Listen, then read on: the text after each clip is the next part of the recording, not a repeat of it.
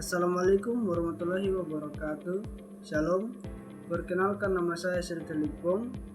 Tugas video ini saya buat untuk memenuhi tugas dengan mata kuliah Pendidikan Kewarganegaraan dengan materi memahami negara hukum. Adapun konsep, prinsip implementasi dan tantangan penegakan hukum. Bagian A, konsep negara hukum. Pengertian negara hukum, negara yang penyelenggaraan, kekuasaan dan pemerintahannya didasarkan atas hukum yang berlaku atau bukan kekuasaan belaka.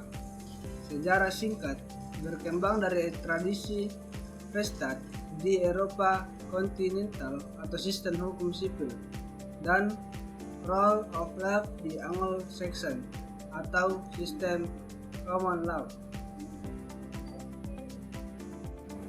Adapun jenisnya, yaitu pertama, formal, fokus pada legalitas undang-undang tertulis. Yang kedua, material, fokus pada kesejahteraan umum dan keadilan sosial. Lanjut, ada karakteristik dan prinsip utama. Yang pertama, supremasi hukum. Hukum adalah panglima tertinggi di atas kekuasaan politik. Yang kedua, equality before the law. Semua warga negara setara di mata hukum. Ketiga, due process of law. Hak atas proses peradilan yang jujur, adil dan transparan. Dan yang keempat, aspek esensial, perlindungan HAM secara mutlak dan sistem peradilan yang independen. Negara hukum di Indonesia. Yang pertama, dasar konstitusi pasal 1 ayat 3 Undang-Undang Dasar 1945 menyatakan Indonesia adalah negara hukum. Yang kedua, aparat penegak hukum, kepolisian, kejaksaan, KPK dan advokat. Dan yang ketiga, lembaga peradilan tinggi, Mahkamah Agung, membawahi peradilan umum, agama, militer dan PT UN, Mahkamah Konstitusi atau MK untuk menguji undang-undang. Adapun tantangan penegakan hukum saat ini yang menjadi masalah utamanya ialah yang pertama, maraknya mafia hukum dan transaksi kasus.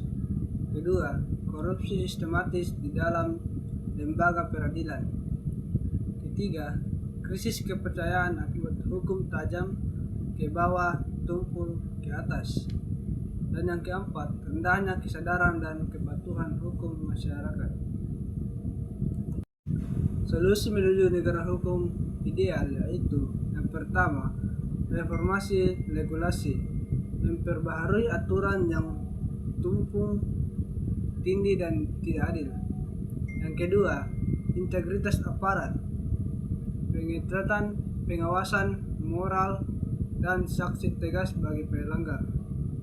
Ketiga, edukasi publik, memasukkan literasi hukum sejak dini di sekolah.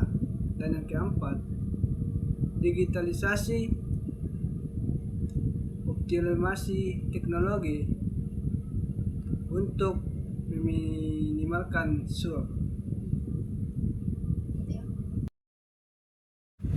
Adapun studi kasus dan fakta lapangan, yaitu pertama, indeks preparasi korupsi. Skor Indonesia yang masih fluktuatif menunjukkan tantangan berat dalam pemberantasan korupsi di lembaga publik. Dan yang kedua, fenomena sosial. Contoh kasus hukum kecil yang divonis berat versus koruptor yang mendapat dispensasi hukuman atau menjelaskan realitas tajam ke bawah tumpul ke atas. Lanjut, peran mahasiswa dan masyarakat. Yang pertama, agent of change. Mahasiswa hukum dan masyarakat wajib mengawal kebijakan serta jalannya persidangan kasus publik.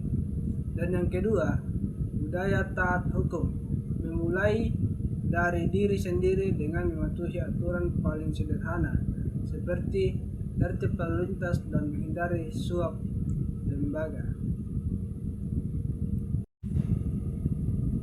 Dan yang terakhir, kesimpulan dan penutup.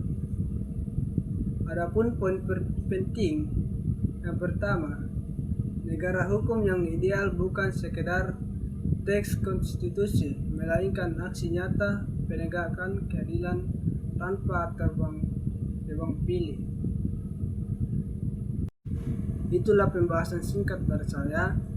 Sekian dan terima kasih.